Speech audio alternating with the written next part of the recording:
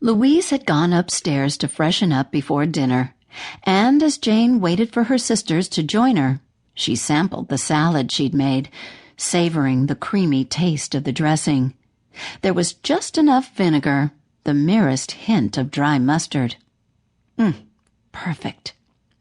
One of the things she was most grateful for about running the inn was that she could use her culinary abilities to please others.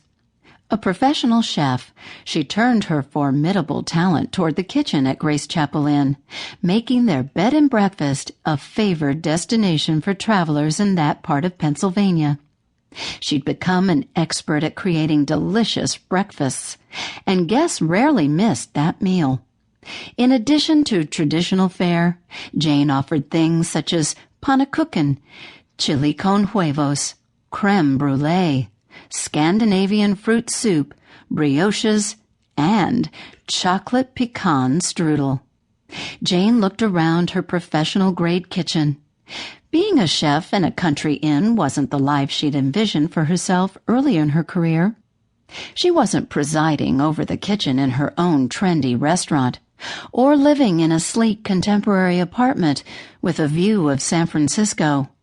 And she wasn't wearing designer clothing and jewelry, unless you considered that she had designed much of her clothing and costume jewelry herself. Nor was she supporting herself with her art. How did she measure up to the vision she'd had for herself when she left art school to tackle the world? She was happy, contented, and sure that God had put her in this place for a reason. That is what counted most, even if she didn't appear outwardly successful, not at least by the standards of her former college roommates.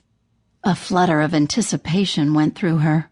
Her old college friends were due at the inn the next afternoon for a 5-night stay. It would be the first reunion the four of them had had together in far too many years. Jane recalled the little yellow house they'd rented during their second year of art school. It was an old, tiny place in a semi-rundown part of town that was slowly being gentrified. The girls had loved the ethnic atmosphere of the area with wonderful little mom-and-pop shops and great family restaurants.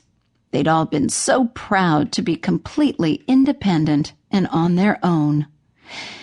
"You're daydreaming again," Louise said as she and Alice entered the kitchen.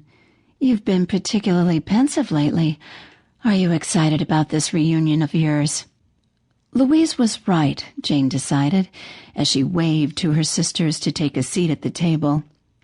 Jane had been giving the visit a great deal of thought. It was normal, Jane suspected, to be a bit uneasy when it had been so many years, and miles, since she and her friends had been together. Would they be strangers, or would they fall easily into old patterns of friendship?